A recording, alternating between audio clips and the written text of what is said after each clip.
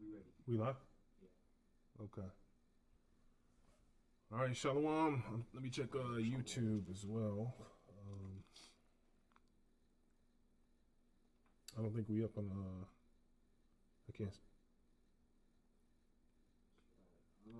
Okay, there we go. Perfect. Yep, right, we're live, and I'm just checking on YouTube. All right, Slacky, we're having some technical difficulties, just making sure we get up on live. Ashar Shabbat Shalom. Happy Sabbath, brothers. Another day to gather and praise the Most High as we've been instructed to. The weather's a little cold out there, but you know we still do the Most High service and do the Most High's business. Khan.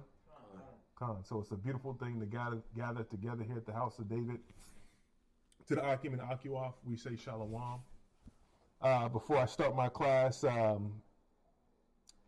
wanted to just hit a quick topic. You know, we're in the holiday season, right? Everybody's thinking about the holiday season, the spirit that goes around when we think about the so-called holidays. And we're going to touch on the origin. And we do these classes. You can search House of David. You can search on the YouTube page.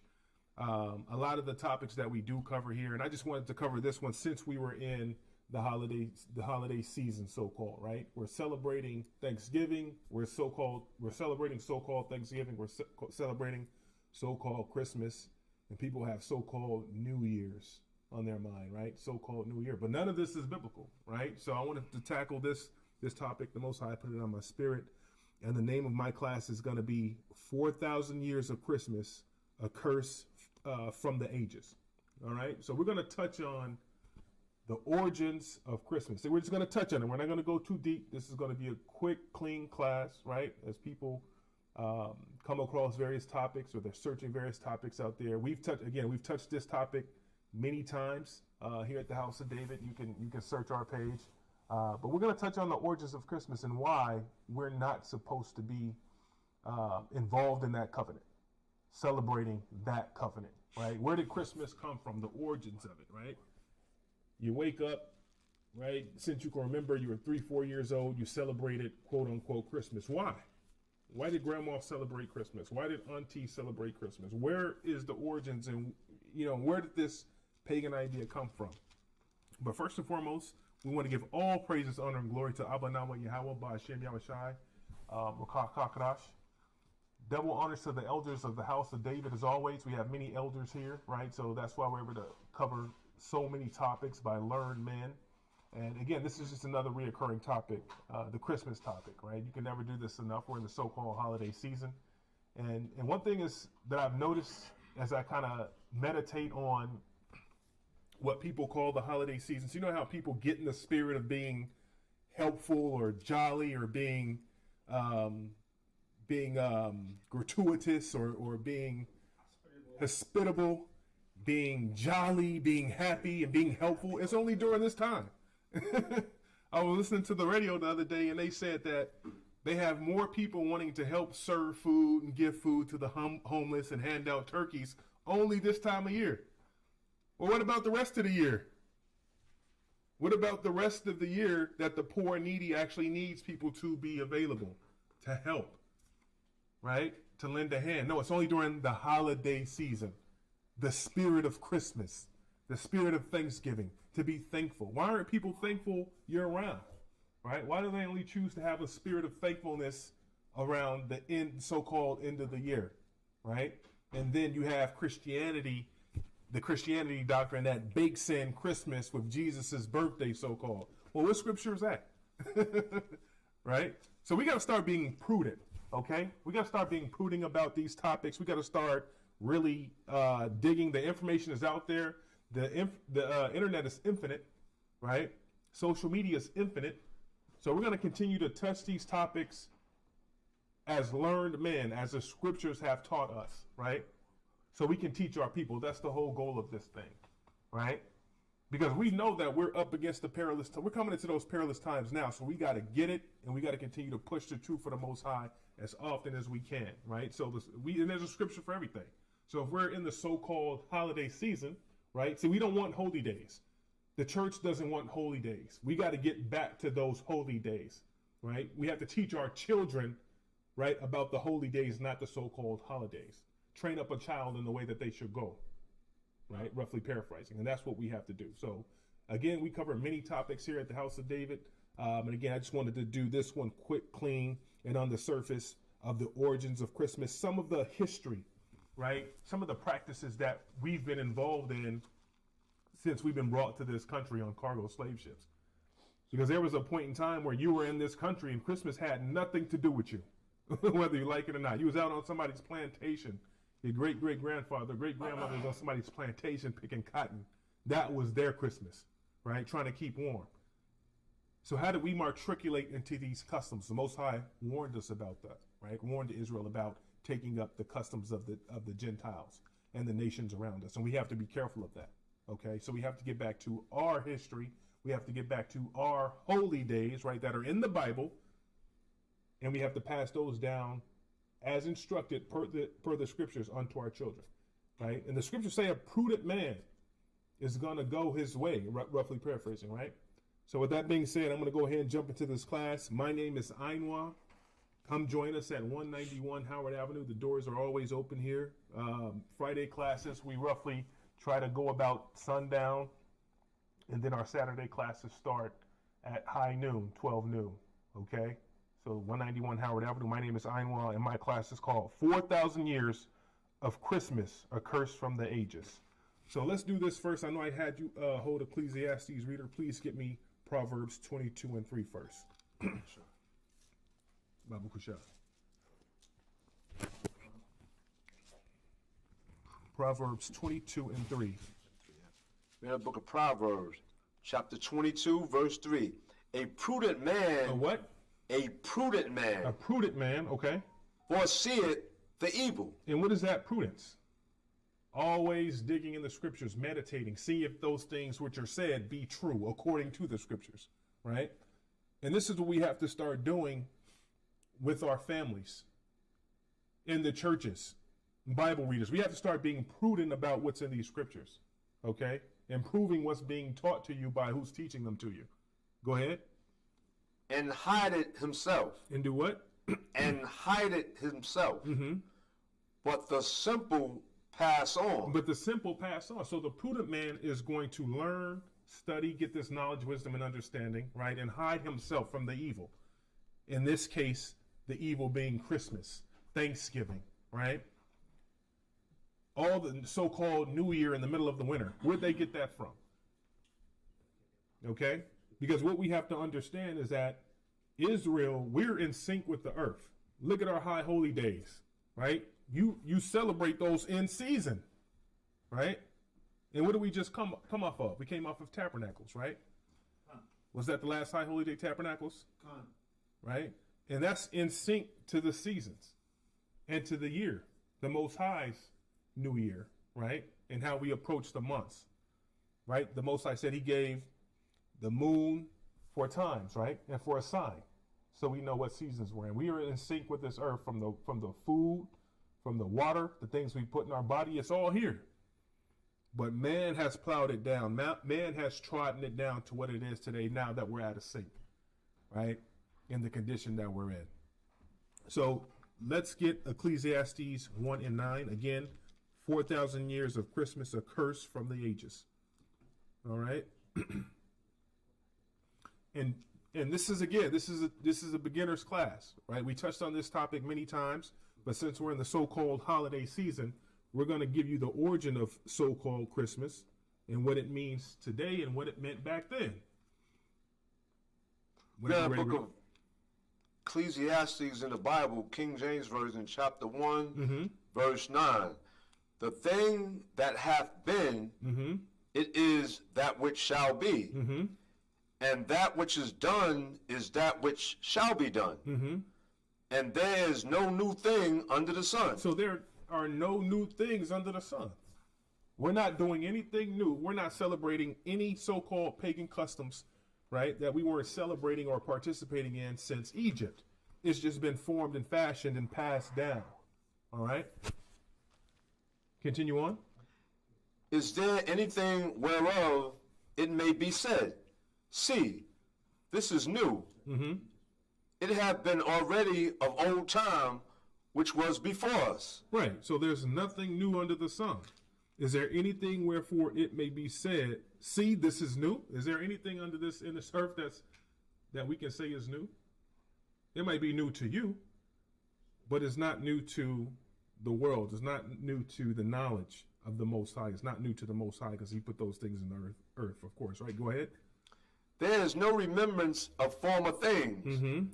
Neither shall there be any remembrance of things that are to come with those that shall come after. Right. So there is no remembrance of former things, right? With each generation, things are lost, and with each new generation, things are gained.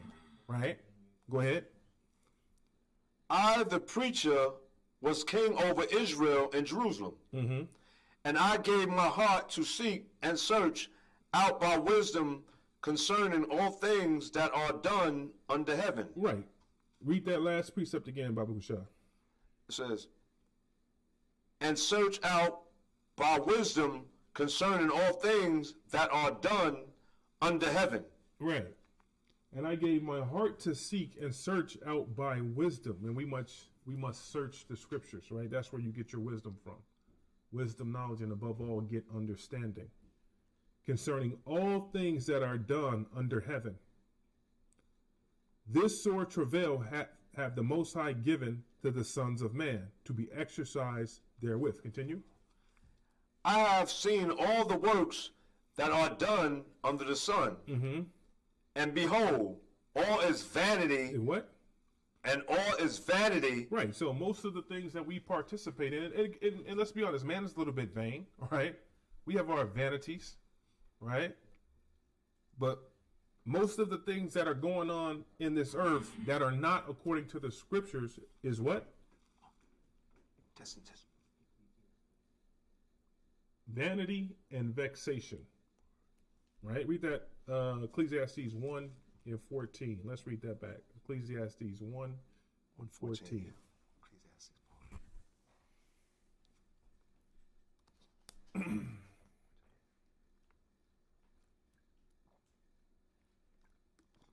Whenever you're ready, Ecclesiastes 1, come.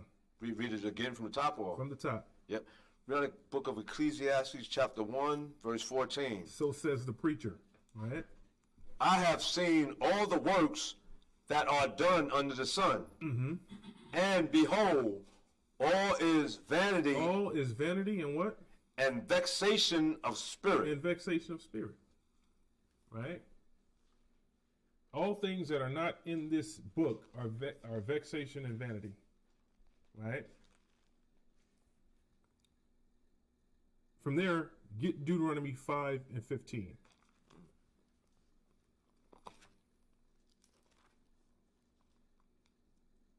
In the book of Deuteronomy,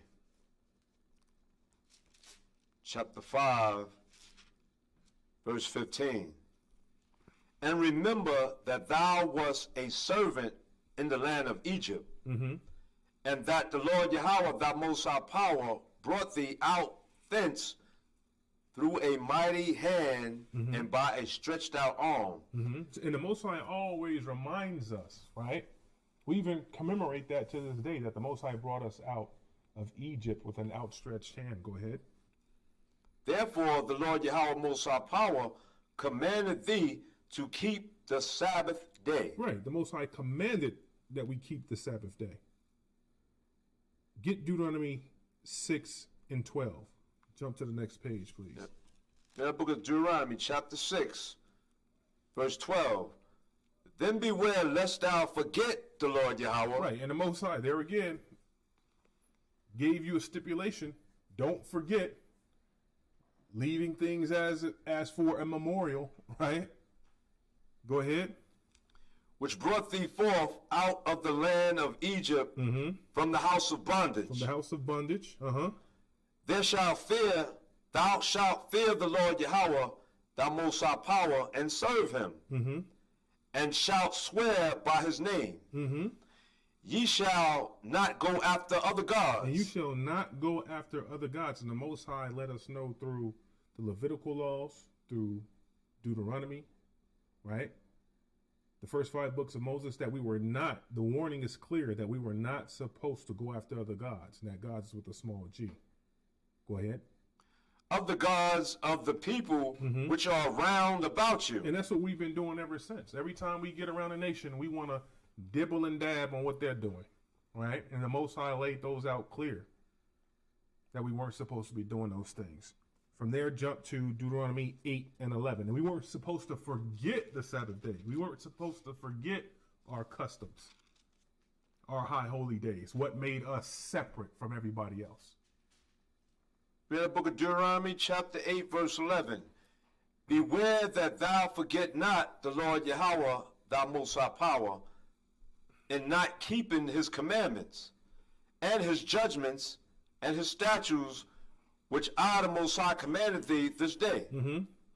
Lest when thou hast eaten and art full, and hast built goodly houses, and dwelt therein. Right, so the Most High always warned us, do not forget my name, do not forget my commandments and judgments, right?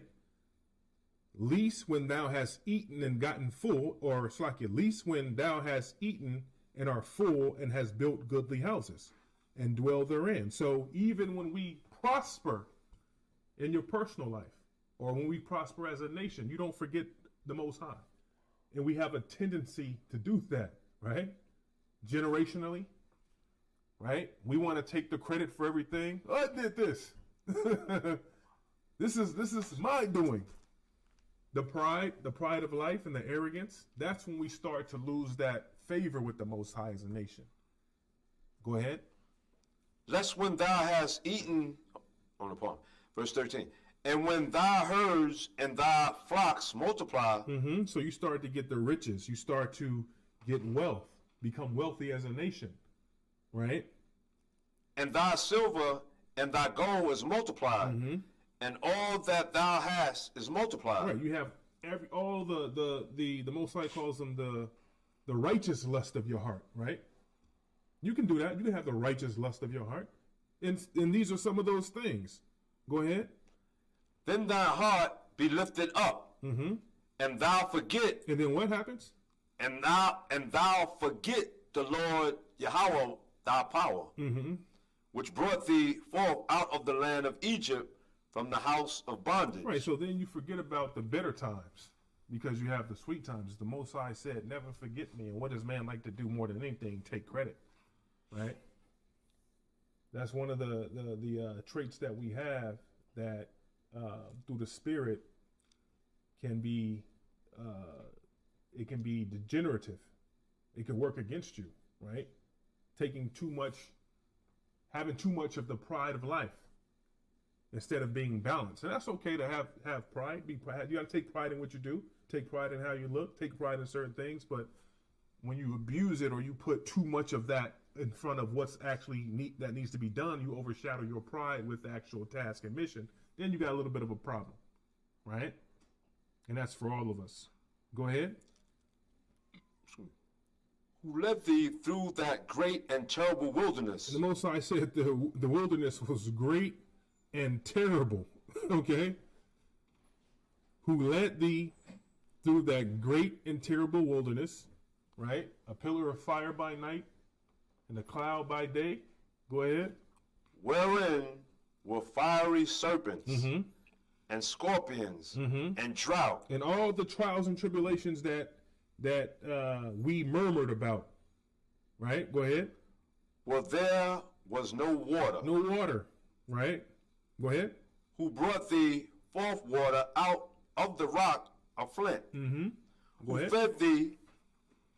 Who fed thee in the wilderness with manna. And the Most High, he's showing us that he was always there with us, even in the wilderness, of course. And we know this, right? So regardless of your state, or our state, the Most High is always with us. And yeah, he hid his face from us like he said he was, right? But we know that in this day, the manifestations of the angels, the messengers, that spirit's starting to come back into the earth now, visibly, right? We know that. Go ahead. Which thy fathers knew not, that he might humble thee, and that he might prove thee. Right, and the Most High wants to prove us, and that's where the faith part comes in. Because remember, when they were in the wilderness, they saw the works. They didn't have faith. They wanted water, and we want it now. And we want to keep moving. Or we want to go back to Egypt. We want this day. We want quail. We want manna. I'm tired. Right? They had the works of the Most High, but they didn't have and or keep the faith because they didn't have to. Especially being a nation out of bondage, right? You're going to have some of those murmurings, and you're not going to be appreciative yet. Go ahead. To do thee good at thy latter end. And thou say in thine heart, my power and the might of mine hand hath gotten me this wealth. Right, and that's what our people do. I got this wealth myself. I did this, right? That's the pride that comes in. Read that last precept again. And the Most High warned us. He knew what we were going to do already. Don't be too prideful, or the nations round about you will consume you. And the Most High uses the nation once Israel gets too high and mighty. Read that precept again. My power and the might of my hand have gotten me this wealth. Right. And so then Israel, we get to a point to where when Jeshurun is waxing fat, man, we did this, man. We built this. Just like the other nations today are prideful. And who's the most prideful nation in this earth? Esau. We're prideful too, but in this kingdom, I'll say, who's the most prideful nation in this kingdom? Esau. Oh boy, he's got a sword destruction, and the Most High will make you proud only to humble you. Look what he did to Pharaoh. Right? Bring you up only to let you down. Right? And that's why they say never get your hopes up too high. So when you get that bad news or you get a crushing blow, then you can deal with it better, or it doesn't affect the ego or your pride as much because you were in expectancy. Read on. But thou shalt remember the Lord Yahweh thy most high power, for it is he that giveth thee the power to get wealth. Right, so it's the Most High that gives us the power to get wealth and to get these different things that we desire in a righteous lust, right? That the Most High adds on. That what the scripture said, seek ye first the kingdom and the Most High, and everything else should be added unto thee, right? That's roughly paraphrasing. The Most High will add all these things, but we must be after the Most High's heart instead of being after our own heart and after our own mind. Go ahead. That he may establish his covenant, which he sware unto thy fathers, as it is this day. Right, and that's a future prophecy as well, right? And the Most High never forgot us, and he always gave us what was sufficient for then and also what we need moving forward. I'm going to establish that covenant with you that I said I was, right, that I gave to your fathers. But you got a part to play as well. And we have to uphold that as a nation, his commandments, his laws, his statutes. Let's get Revelations 19:2. All right? Go ahead. I was just saying, verse 19. Oh, come on. Read verse 19, Baba Kushar. Yes, sir. Oh, man, I lost the page. That's Deuteronomy 8 and 19. 19, yeah. 8 and 19. Yeah, 19, yeah.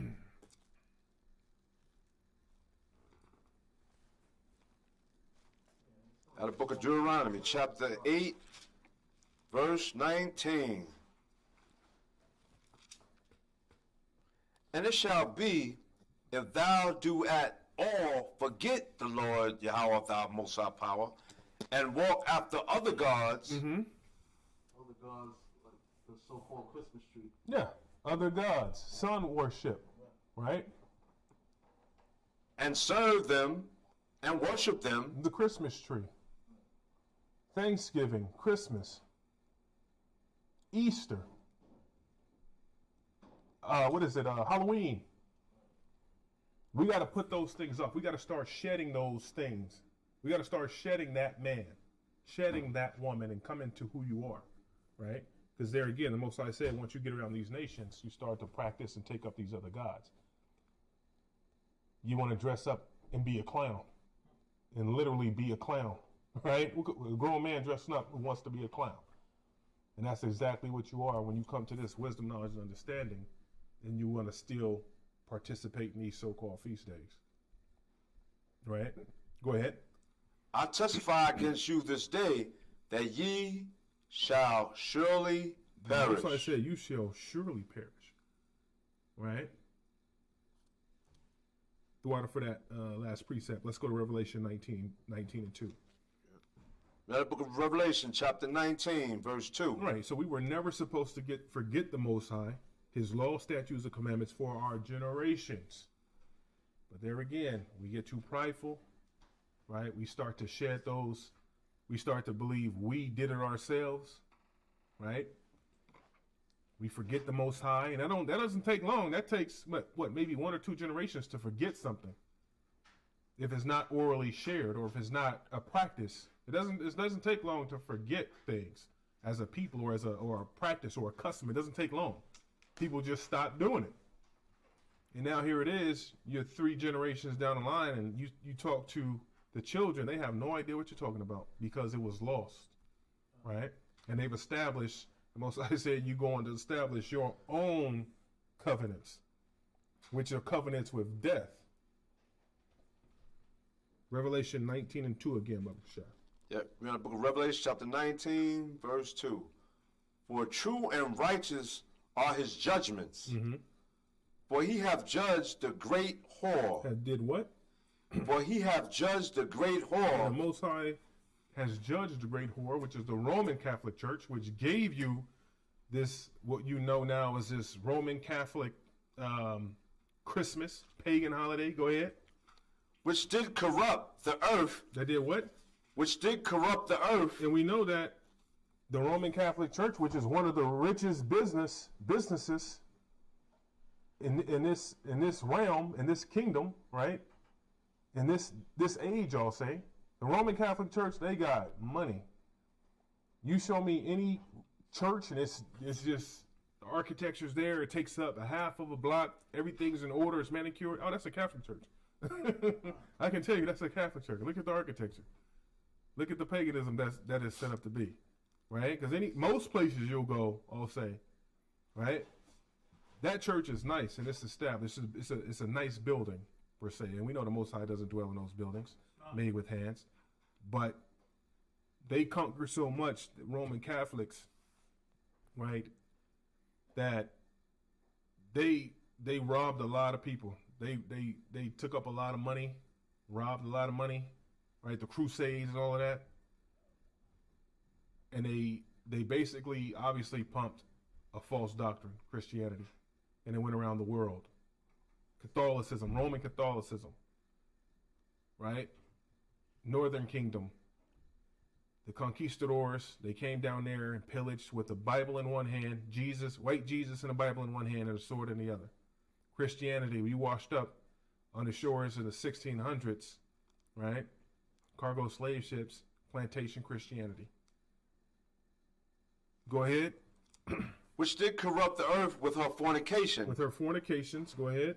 And have avenged the blood of his servants at her hand.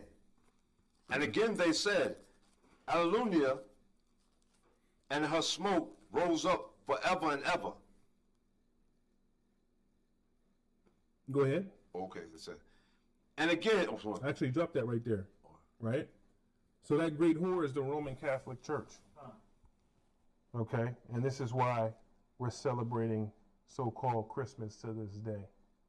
All right, and people are in that giving spirit, that the spirit of Baal worship, I'll call it. All right, so we're going to read a little bit of this book. It's called 4,000 Years of Christmas. We're going to touch on it. 4,000 Years of Christmas, A Gift from the Ages by Earl W. Count and Alice Lawson Count. Okay? Go ahead. Now, come on, Got a question? Yeah, come on, go ahead. We touched on that briefly in camp. Come on, absolutely. First Chronicles, chapter 16, verse 33. And it says... So First Chronicles? Yeah, First Chronicles, chapter 16, verse 33.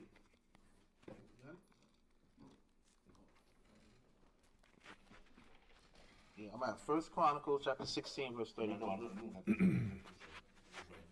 Okay. It says 1633. Yeah, 1 Chronicles. I'll wait till you get there. Right here. Yeah. Bad book. I already got the you're mic. right. Yeah, okay. So Go ahead. 1 Chronicles chapter 16, verse 33. Then shall the trees of the wood sing out at the presence of the Lord, because he cometh to judge the earth. Right, so even the land, the trees, mourn for the Most High. All the elements mourn for the Most High. The animals mourn for the Most High. And what Esau Edom has done, destroying this earth and destroying everything in it, so it's polluted, almost inhabitable. Right? All the elements that we're coming down with. It's all in the food and in the air. This place is defiled. And read that again, Baba Kushai. That's a beautiful scripture, right? Even the earth is mourning for the Most High. The land, Israel, is mourning for the Most High to come back and for his people to come back, right? And again, we're in sync with the earth. Go ahead. Yeah, read that book of 1 Chronicles chapter 16, verse 33. Then shall the trees of the earth, then shall the trees of the wood sing out at the presence of the Lord Yahweh, because he cometh to judge the earth. Read on. Oh, give thanks unto the Lord Yahweh, for he is good. Right, you're continually supposed to be praising the Most High, giving thanks for each and every day. Go ahead. For his mercy endureth forever. Right, the Most High's mercy endureth forever. Read on. This is a good one right here too. And say ye, save us, O Most High power of our salvation, and gather us together, and deliver us from the heathen. And do what? And deliver us from the heathen. So now we got to be delivered from the heathen once again. Go ahead. Out of this captivity. Go ahead. That we may give thanks to thy holy name and glory in thy praise. All right, so 4,000 years of Christmas, a gift from the ages by Earl W. Count and Alice Lawson Count. Introduction by Dan Wakefield. And I'll just read a little bit of the back of this, and then we'll turn to certain pages and touch on that, and then we'll read through the scriptures, right? So when we're talking about Christmas, we're talking about Baal worship. We're talking about how moral laws are also relaxed. And we're talking about the loving and so-called toxicity and the intoxication of this Christmas spirit. It's almost intoxicating. You go into the stores, they got the music playing. You're walking down the aisle, jingle bells, jingle bells. You know what I mean? So these are things we have to shed, and these are things we have to be mindful of. And these are the things that have been going on since time has begun. This charming story of our Christmas traditions carries us around the globe and through the millennia in search of the ancient customs that have become part of our modern day celebration. Along the way, we discover decorating with mistletoe began with the mysterious rituals of pagan druids. Exchanging gifts for the 12 days of Christmas started among the Bronze Age Babylonians, because Christmas was originally supposed to be 12 days, right? You know that song, oh, the first day of Christmas, the second day. It was supposed to be a feast or a tradition. And you'll come to find out that Europe, they still celebrate the 12 days. They have festivals that go past the 25th or from whatever they start up until the 25th. So it's more like a festival. And that kind of goes with that spirit, right? Decking the halls with lighted candles and lamps was originally part of the Saturnalia festival celebrated by Romans every December, right? And Saturnalia, that also goes into, what's that, sun worship, right? The Saturnalia festival, celebrated by Romans every December. The original story of St. Nicholas told of a kind old man who saved 3 children from slavery by leaving 3 bags of gold in their house. This romantic narrative reminds us that the joy we share each year comes from traditions that people have celebrated since the dawn of civilization, 4,000 Years of Christmas is a book to be read by the entire family, right? So it gives a good account. If you read this book, it gives a good account of, it doesn't go too much into the biblical narrative, but it talks about some of the traditions and, more modern day in the Roman Empire. It's that Saturnella and that worship of Janus, right? Because the Greeks or the Romans, Greeks and Romans, they worship gods, right? So it touches on that a little bit. I'm going to have you, reader, read this first page here. All right, let me see. It also sounds like it's a play or playing off the planet Saturn. Saturn, yeah. Saturn, it could Saturn. Should I read the first page? Yeah, read that first page. Sun worship, worshiping Jupiter, Janus, right, and all the names of the months after these Greek gods and Roman gods.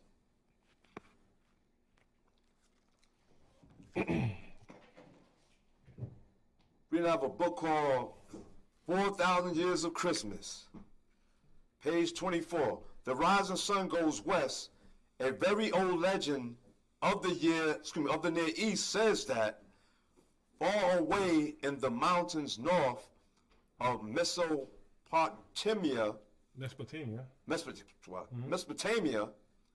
there is a land of Eden in which the waters under the earth well up and pour out as 4 great rivers.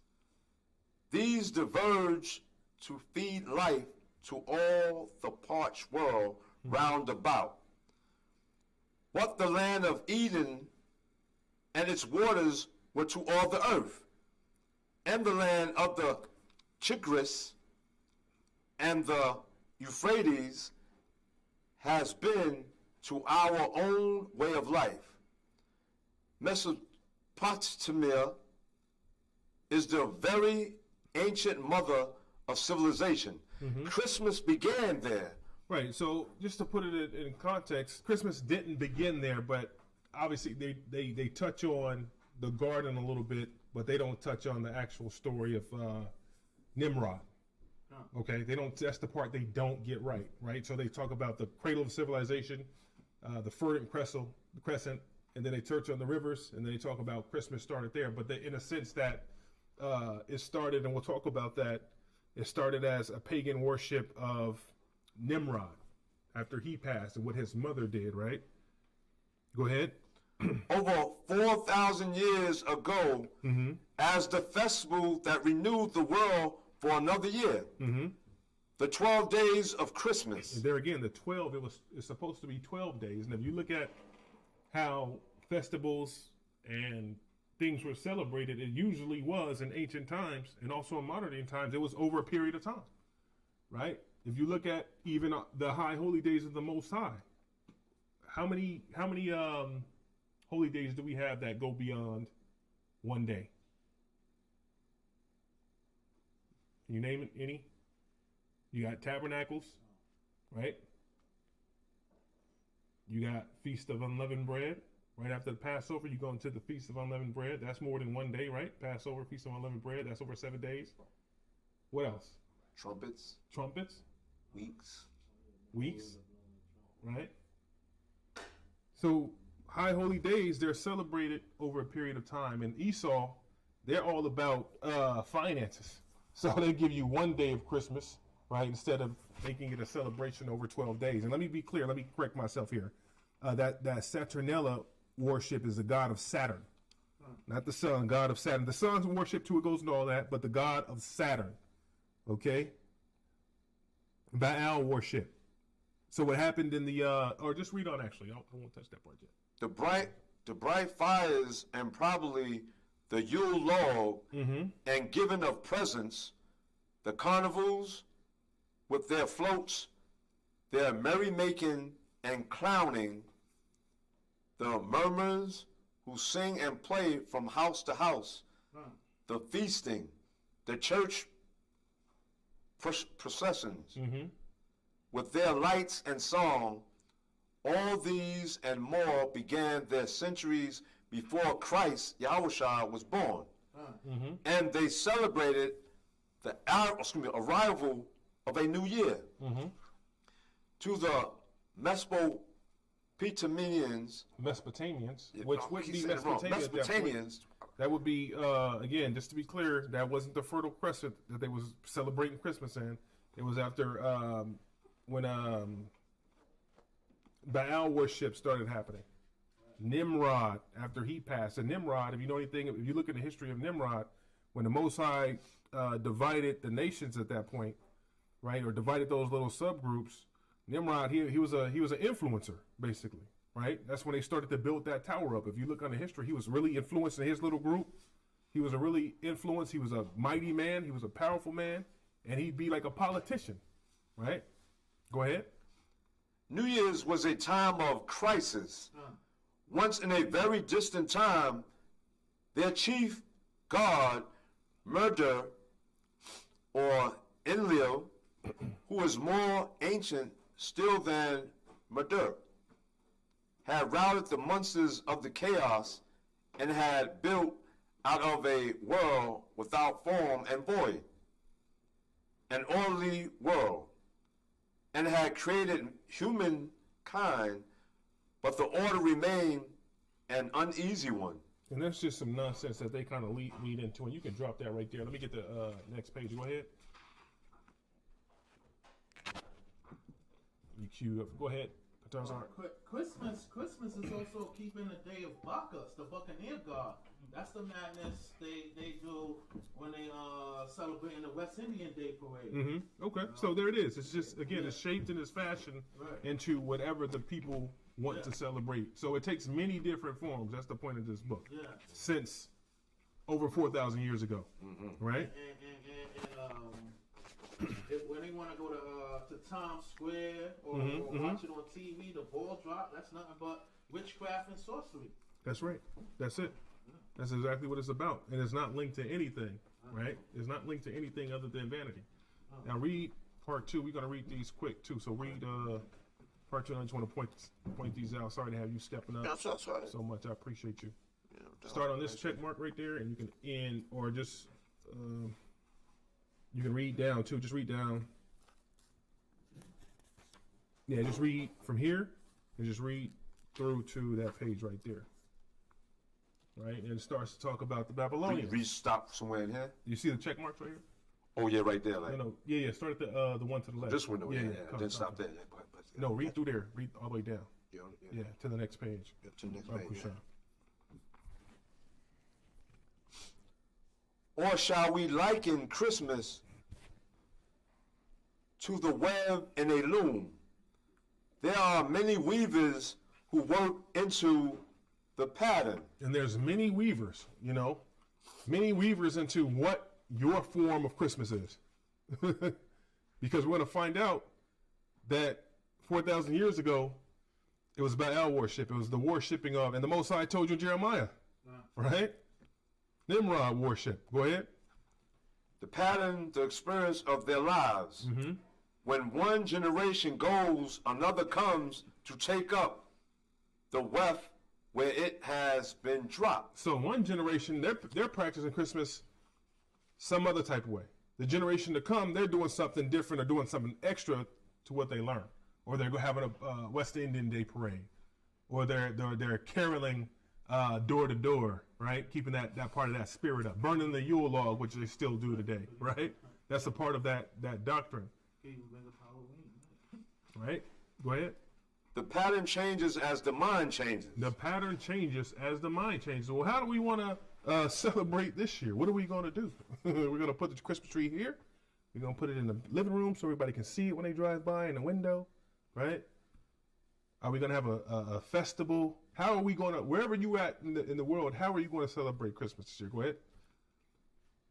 Yet never begins quite anew. At first, we are not sure that we discern the pattern.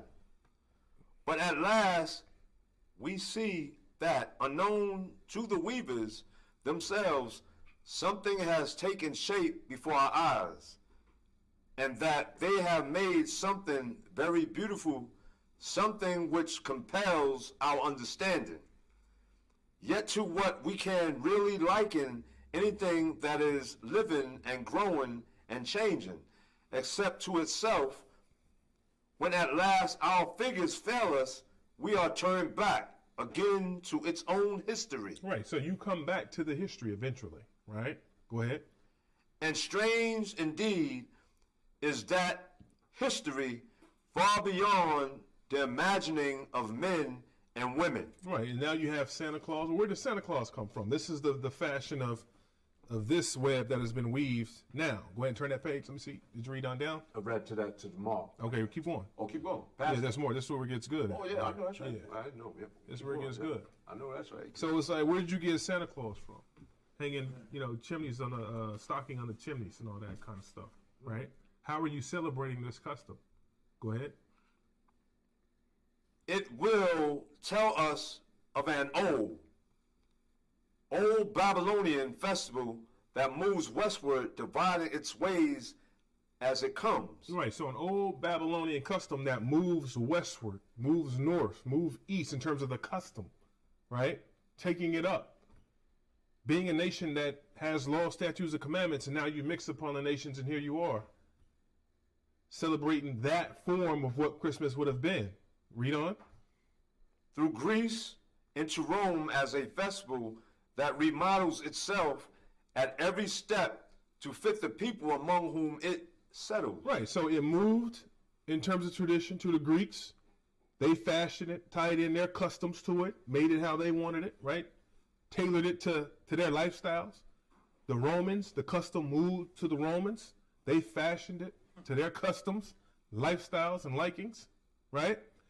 And the Romans, again, they made a big feast and called it Saturnella, right? The Saturnella festival, which is the god of Saturn, Baal worship.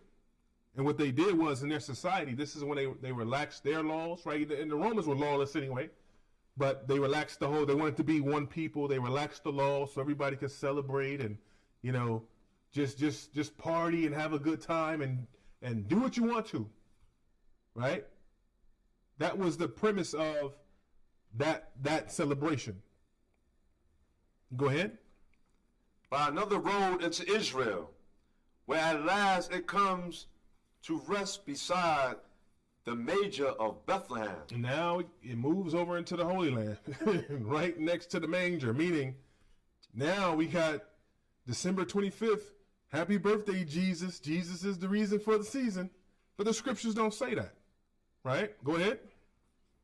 Though not for long, since it then becomes part of the strength by which the faith of Yahushua conquered the entire pagan Mediterranean, and by yet another route that skirts these other two through the Balkans and up the Danube Valley, where much disfigured and impoverished, it enters into the heathendom. Right, so now it's moving around again. It goes from Israel, the customs and traditions are moving around again, lands in Europe. In Europe, they have what they call I forgot what the festival's called, but it's like a 12 days of Christmas festival. You can Google it. They still have large parties and festivals in Europe that go past one day, right? So the traditions are moving around again. Go ahead. Of the Northland, when last we shall view it, the Christian stream will have overtaken all others.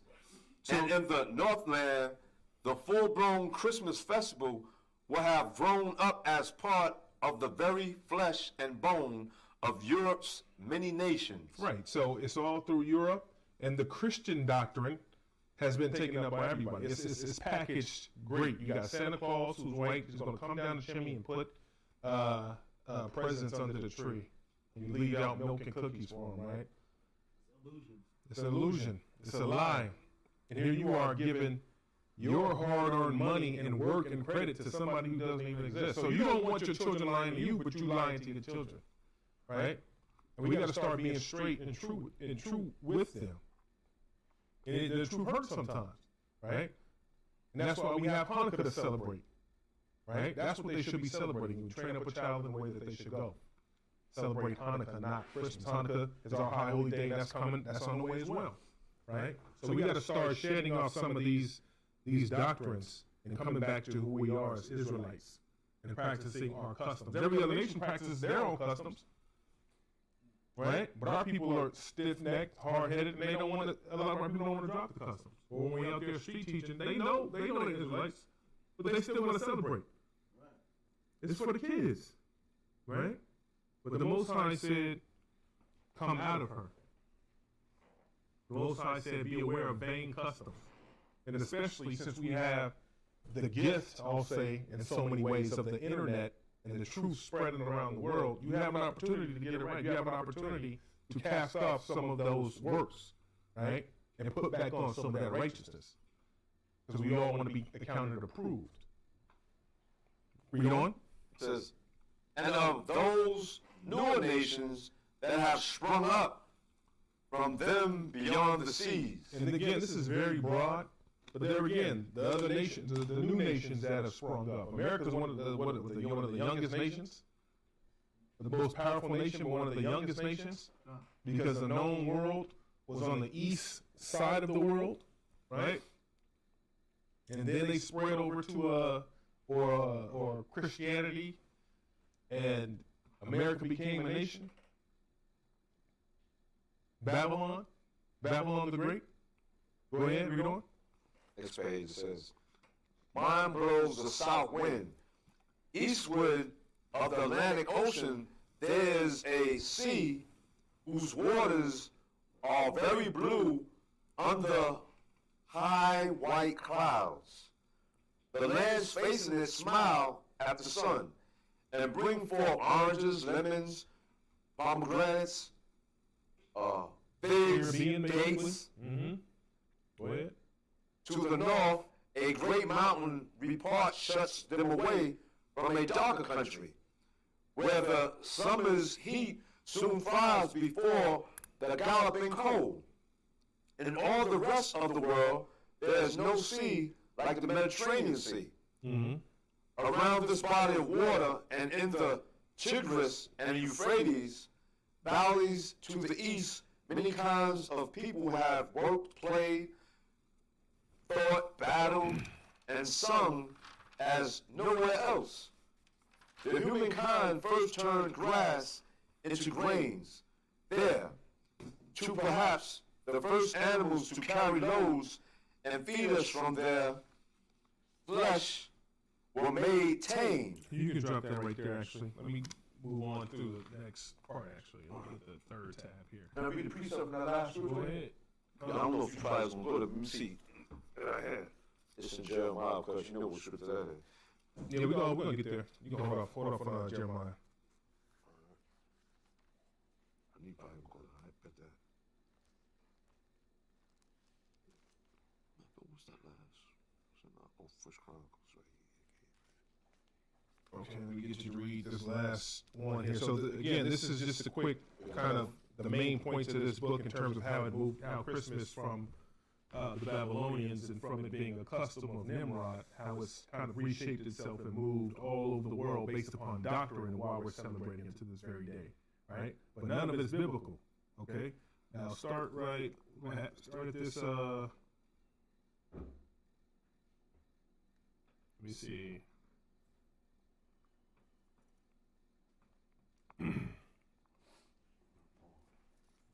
Let me see what I have for this one. That was 4, 3, 4. Did you read this already? Let's see. Right here. It was born 2000. Okay. Yeah, read that right there. Where it's checked off at. And that'll be the last of that.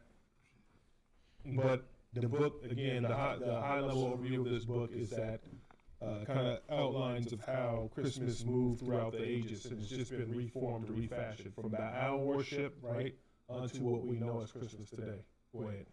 Oh, yeah. Sean? Go ahead. Okay. Here was born 2,000 years ago a boy whose mother was a peasant and whose cradle says the story was the feeding trout of cattle. The story tells then of some Judean shepherds who beheld a wonderful vision deep in the night. And this is where they realign it with the birth of Christ. But we know that Christ was not born through the scriptures around wintertime, right? It was more towards this springtime. We got scriptures to prove that. We'll touch on that as well. So again, we have to understand and separate the truth from the lies and stop commingling these satanic doctrines with the truth. And what is one of the devil's greatest, Esau's greatest attributes? Is to deceive, right? He's a deceiver. Go ahead. And who arrived soon after with the first Christmas gift. Mm-hmm. It was lowly and perfect. They had nothing to offer him but their hearts in worship. The story says further that some of those clear-eyed priests read in the stars of the infant and yearned perilously to offer him gold, frankincense, and myrrh. Right, and that goes into the I think my description was, verse 2 of Matthew. Yeah, you want to pull it? Yeah, go ahead. And now it talks about when Christ, it commingles itself the tradition and history of when the three kings came. And this is just a doctrine, right? Where the three, or the so-called, they call it three kings. And they never said how many first. and visited, never said a number. They get three and visited them with frankincense, myrrh, and gold, right? They aligned the stories biblically, but then put some paganism in there and then package it, make it sound good, and give it to you. That's why in the Roman Catholic tradition and the Roman Catholic doctrine, people who put the lights in their yards, you'll see the manger, and you'll see Mary and the manger all gathered around looking in, or you'll see the trough and the hay, and there's a baby in there, and they got it all lit in front of their yard, right? Commingling it with Christmas. Go ahead. Is there more than that or no? What did you read to? I'll stop right here. Let me see. I have it marked off for the stopping point. I turned the page. I stopped at that period. It said frankincense and myrrh. Yeah, okay, go ahead. Read on. Yeah, from that part. And then we'll drop that and just go back to the scripture. What's the next page? You know what it's talking about. Thus began a procession of men, women, and children, lowly and noble. For over 1,500 years, they have brought to this child the one marvelous and very gift of Christmas. Mm-hmm. So they brought him the gift of Christmas, right? Go ahead. The sunny lands around the deep blue waters of the Mediterranean have contributed their gouged domes and colored pillars, and have made them into churches. Mm-hmm. To him they have given the garlands and bowls with which they once celebrated other gods. Mm-hmm. And this is again where the Roman Catholic tradition, doctrine, align Christmas, so-called Christmas, as a festival. The decorations, right? That's why you see all the bells, you see all the wreaths, you see the mistletoe. And on the back of that book, it tells you where the mistletoe comes from, right? This in terms of a tradition. That's why you'll see the decking of the halls, right? The trees, the spruces. What do they use? Spruces and evergreens. The decorations, the silver and the gold. Go ahead. It's all through vain tradition. Go ahead. There was another wise man who did not arrive from the east, but from the north. This wise man came late from the land of the swift summer and long, slow winter from the endless forest of fir and spruce. Fir and spruce? Spruce. Mm-hmm. And juniper. Mm-hmm. And oak. As we shall see, he came only after the mild south wind had brought him its message. And that's more doctrine, right? More nonsense on the fir and the spruce trees. And what do people do? They cut that evergreen tree down, or a fir or a spruce, and then you begin to pick it up at Home Depot, pick it up from these various shops here modern day, and you put them up in your houses. So you're practicing a tradition that's over 4,000 years old, right? And we'll touch on the scriptures, right? We already know Jeremiah. Some people might not know out there. But this was a custom that was practiced in the Babylonian era as well. It's just been reshaped, refashioned, and given to you and packaged how the Roman Catholic Church in this dispensation of time wants you to celebrate it. And that's where you get Christmas from, in a nutshell. And you regurgitate it, right? Go ahead. Is there more on that? Is there anything else on that? Go ahead. Perhaps that is why he could not be included in the New Testament story, which closed centuries before he arrived. Probably the wise men of the East would not have thought him rich or even wise. In their day, he would have seemed even more uncouth and barbaric than the shepherds who had reached the major first. Right. So, and that's just filler, right? But you can see how these, and you can drop that. We'll get back into the scriptures, but you can see how the doctrines and how stories have been fashioned together with truth and with the scriptures to actually come up with the things that people are celebrating. So it sounds silly, right? It sounds silly, but this is what we're doing. You're commingling the scriptures with paganism and heathenism.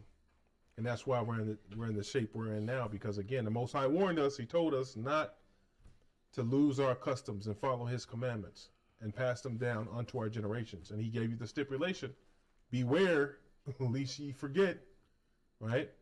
Let's go to Wisdom of Solomon 14 and 16. Apocrypha.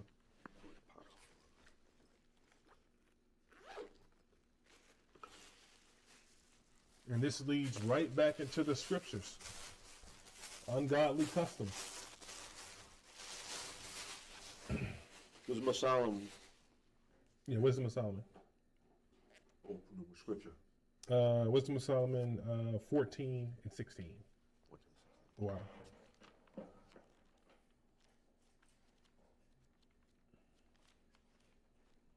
You start from the 11th verse. From 11? Okay, come on, start from 11.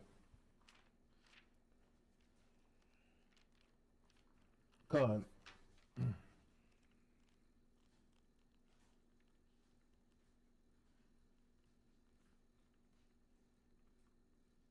It started at 8, actually. Start at 8. Start from 11.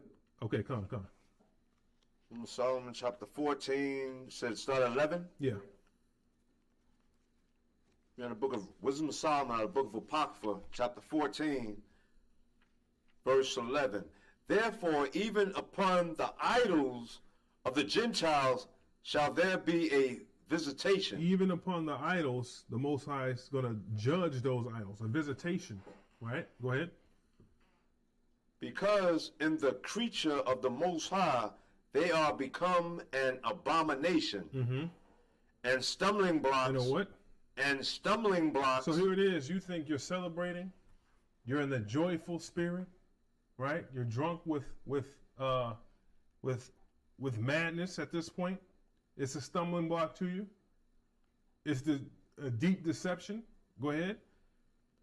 And stumbling blocks to the souls of men. The Most High calls it a stumbling block to the souls of men. Go ahead.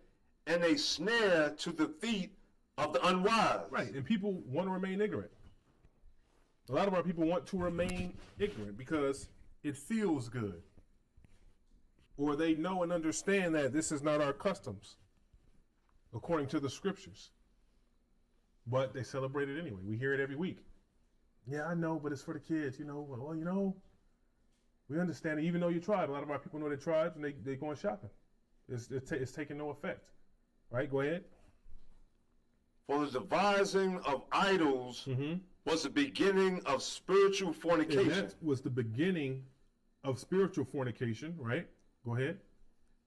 And the invention of them, the corruption of life. Right, and the Most High warned us back in Deuteronomy, back in Leviticus. Go ahead. For neither were they from the beginning, neither shall they be forever. So these things weren't from the beginning. We didn't have and hold these customs, and they're not going to be forever. They're only going to be for a dispensation of time, and that time is coming to a harsh close here, right? Go ahead. And these practices, they have more days behind them than ahead of them. Go ahead. For by the vainglory of men, For what? for by the vainglory of men, That vanity again. Go ahead. they entered into the world, and therefore shall they come shortly to an end. No, we're going to do Christmas like this year. No, we're going to do it like this. We're going to do it different from last year. We're going to do it bigger this year than we did last year. We're going to do it like this year, right? So the vanity of men. I know we're not supposed to be celebrating, but hey, we're going to just for the kids. We're going to do what we got to do. Well, we just want to gather with a family, you know. Everybody's off. And I get that. I understand that. You do want to support and be with your family, your immediate family, but this is an opportunity to teach them, right? Go ahead. For a father afflicted with untimely mourning, when he hath made an image of his child, soon take it away. And we know who that was, right? Cesar Borgia. Go ahead. Now honored him as a god, which was then a dead man. Right. So he was honored since was that Pope Alexander VI, his son passed. Was that Michelangelo who was commissioned to draw that image, the so-called image of Christ, which is where you get that false image as well, right? Out of the Roman Catholic Church, the great whore that sits upon many waters, right? And the Most High is going to judge the Roman Catholic Church and everything that has to do with all the idols, etc. The Most High is going to destroy all of that, okay? And that's why the Most High called the Roman Catholic Church a great whore. Go ahead. Delivered to those that were under him ceremonies and sacrifices. Thus in process of time and ungodly custom. And thus in the process of time, right? It takes time, right? For these customs to move around. Here it is. Every black church in America got that white Jesus stained glass up there, or they don't have a picture, or they got a cross up there. Matter of fact, the last funeral I went to, I was in the church. Of course, you got to go to the church. You know, use 9 out of 10 times. That's where they're going to have the ceremony.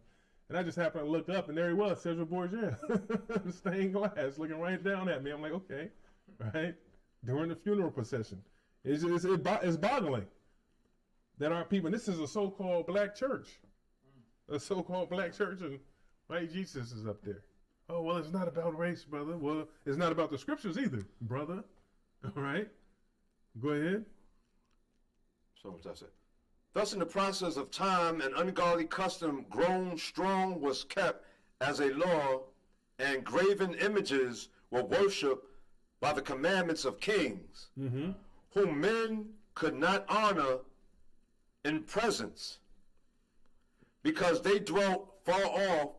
They took the counterfeit of his visage from far, and made an express image. So they took this visage. They took Esau, right? They took They took Caesar Borgia's visage from far. They took that image. They made it a worldwide image, right? Of who? And made an express image of a king whom they honored. Mm-hmm. That's just something that to honor, and that also goes back to Nimrod, Mm-hmm. getting when killed his father Right. and worship his mother, and Mhm. went down to Egypt with sun god Ra, Seth, Osiris. All that came out when they made those images, the sun god Ra or Osiris, Right. Seth. Right. That's that. All that came from the Nimrod, passed on down to the Egyptians. Mm-hmm. They made those gods of Egypt to be reverenced. Right. The Babylonians and the Egyptians, they were also into idol worship. And that's where the Egyptians got that from the Babylonians. Right. Exactly. God taught them that.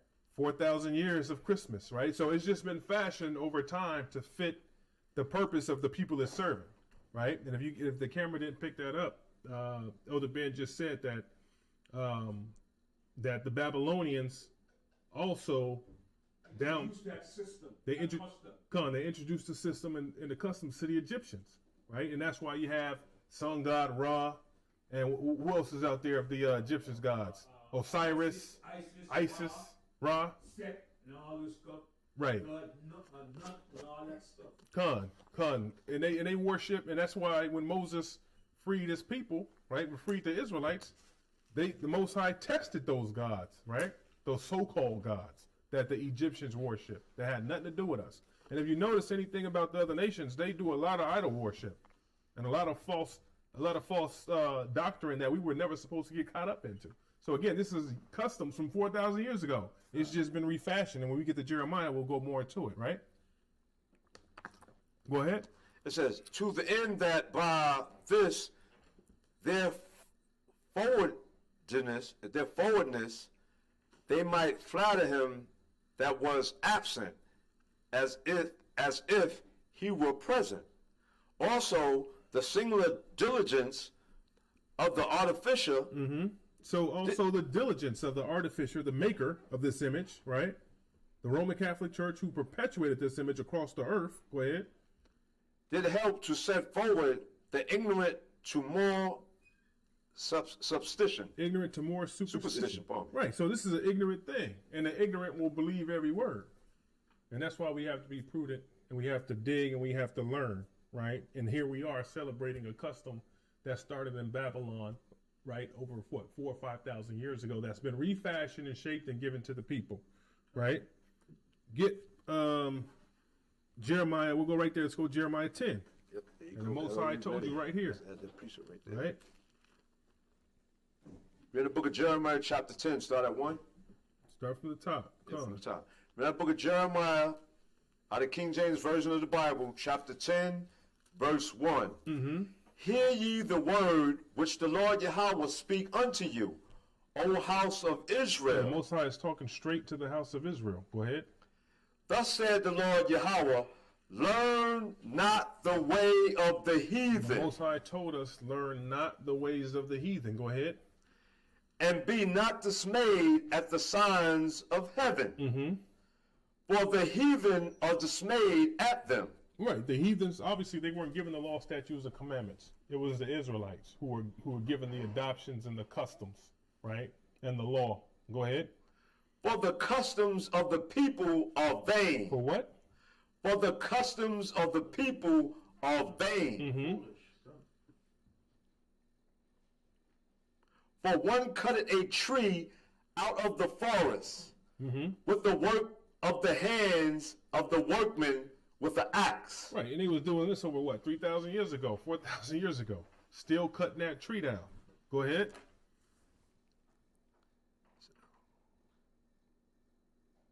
Verse 3, 10 and 3. Read 10 and 3 again. Read 3 again? Okay. Yeah, read Jeremiah chapter 10, verse 3. For the customs of the people are vain. For one cutteth a tree out of the forest, the work of the hands of the workmen with an axe. Now, how come the Roman Catholic Church doesn't read this? How come the Christian church doesn't read this? Or the pastor read this to his people? Go ahead. They The deck pastors it. that scatter the flock, I should say. Go ahead.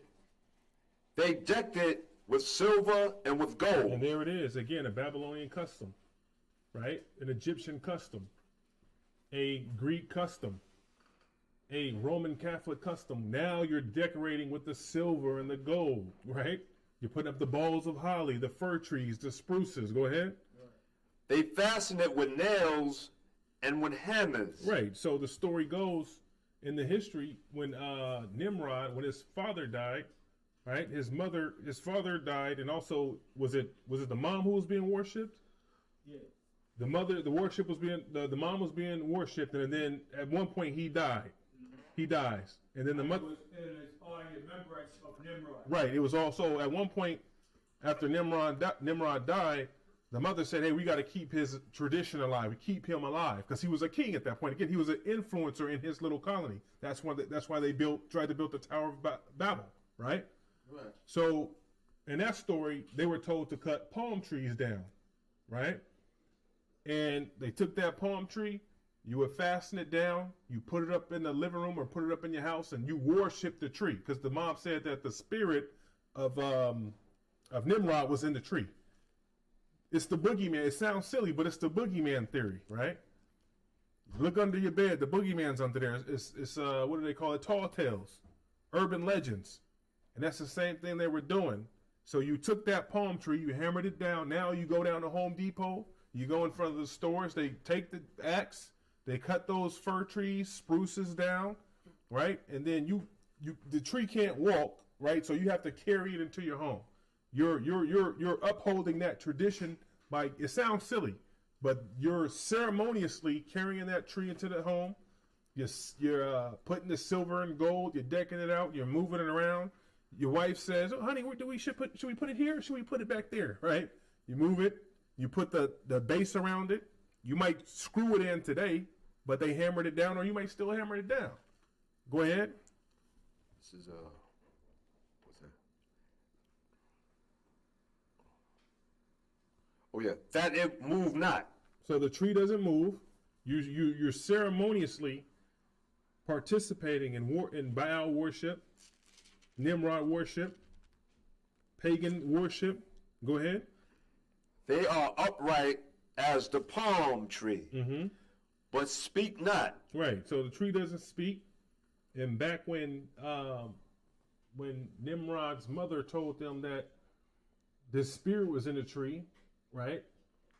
The tree doesn't speak, obviously, but the mom said the spirit was in the tree.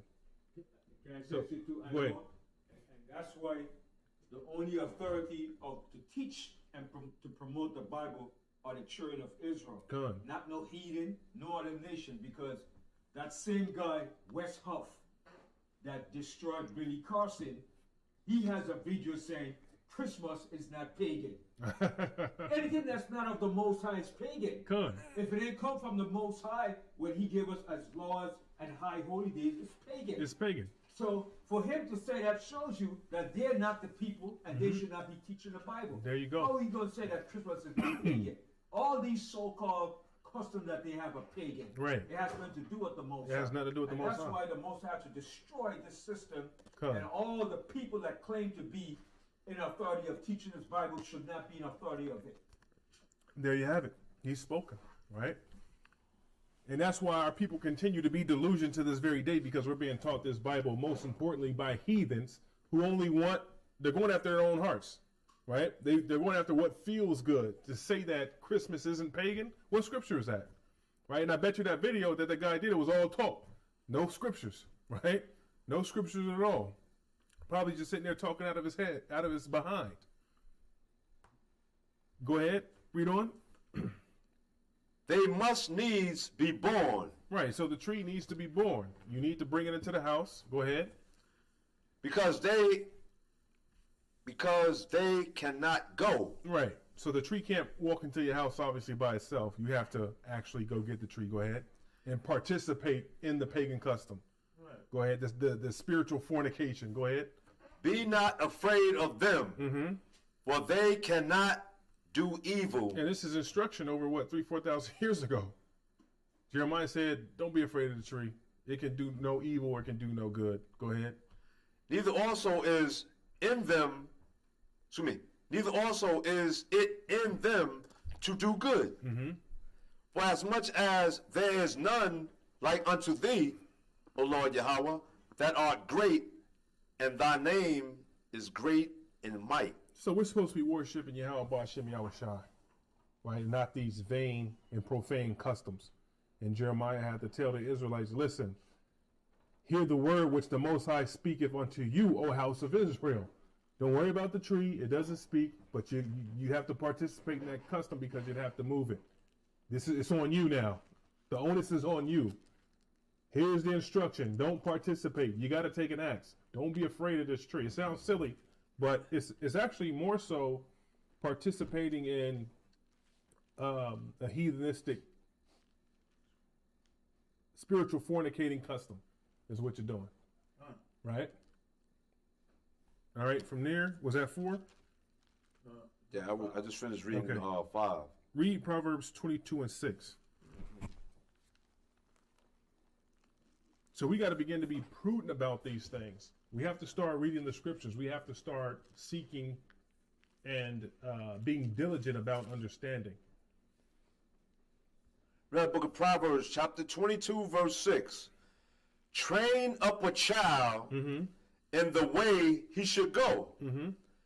And when he is old, he will not depart from it. Right. So you have to train up, and now we have an opportunity to train up our children in the right way. No, we don't celebrate Christmas. We celebrate Hanukkah, and this is why. Right? So we have the wisdom, knowledge, and understanding to pass back on to our children to begin to build them up in the correct fashion. Right? No more lying to the kids about Christmas and all these other pagan holidays, because we have the instruction per the Comforter, per the Scriptures, that guides our path and gives us the light and gives us the truth. Right? Go ahead. The rich ruleth over the poor, and the borrower is servant to the lender. Right. So the borrower is servant to the lender. And here we are in servitude to this very day. Right? Servitude to the lender. The borrower is in servitude to the lender. And what is the lender giving you? High holy day, or slacky, not high holy days. Holidays, folly days, I'll say. Right? And we're supposed to be coming back once we get this wisdom, knowledge, and understanding to high holy days, not the folly days. You got to shed that stuff and put it down. Right? And it's a part of the walk. It's a part of salvation. It's a part of making and calling your election to be sure. Right? In word, in deed, and in truth and sincerity. You got to put it down, right? Because the Most High instructed us to do that. All right. Now let's go to Ephesians 6:1, Baba Kashar.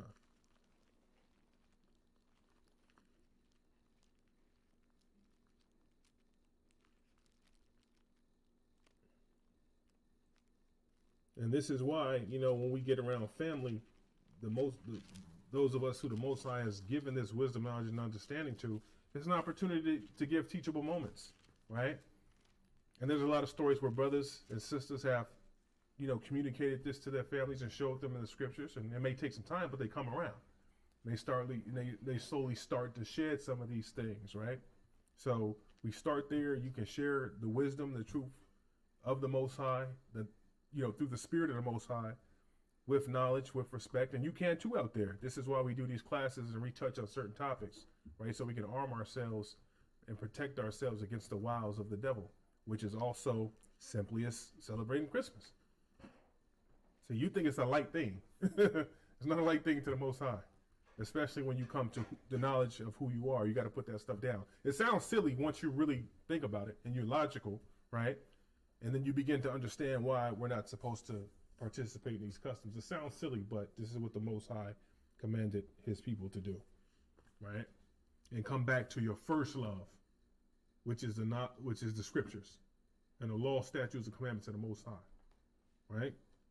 Go ahead. Read out the book of Ephesians chapter 6, verse 1. Children, obey your parents in the Lord. In the what? In the Lord. For this is right. Right. So obey your parents in the Most High. For this is right. So even for the children, for the young people who are coming up in this truth, who don't want to go to grandma's house on so-called Christmas Day, they're gonna say everything possible to get you over there. It's just the honey roast ham you love. You used to love my honey roast ham, right? You used to love my chitlins. And now, why did you change it? Well, you don't even want to come over no more. What are you in that coat, right? So it's okay that they feel this way, and you have the truth. You break away from grandma's traditions or mom's traditions. We're not appeasing, and we're not seeking to please mom and grandma, right? We're seeking to appease the Most High at this point, and that should be the goal, right? And also, again, you can use it as teachable moments to show them in the Scripture, right? Because our people have that zeal. Our people love God. We believe in God, but not according to the knowledge. Right. There's nothing wrong with honey baked ham. Yeah, I was just saying to myself, "Viande cochon." In French, that's the pork meat. When you say viande cochon. Viande cochon. Was that your favorite? Viande cochon for the Levites. Viande cochon. The conch. Eating that conch. Right? And for Judah, what was it? Chitlins. We used to eat chitlins. And, pig feet and pig ears. Right? And the story behind that is appalling, is all hell. Right? Why we had to, and I asked my dad's from Texas, and I asked him one day, I said, why did he used to eat like I thought it was odd that he would eat pig ears and sandwiches and the feet on. I'm like, what's going on? Why do you eat this stuff? He said, well, when we was little, and my dad, he picked cotton. He picked cotton before. He's old enough to have picked cotton as in terms of being paid for it, a low wage. But he, you saw the scars on his head. And he picked cotton before, right? When he was little, he picked cotton before they migrated back to the West. And I said, why would you eat a pig ear sandwich and a feet? He said, well, because the slaughterhouse, we were so poor that when the slaughterhouses started, harvesting bacon and pork commercially, they take the good parts. They take the bacon and the roast and the shoulder and all that, all the good parts, the honey roast ham, but then they leave all the rest of it.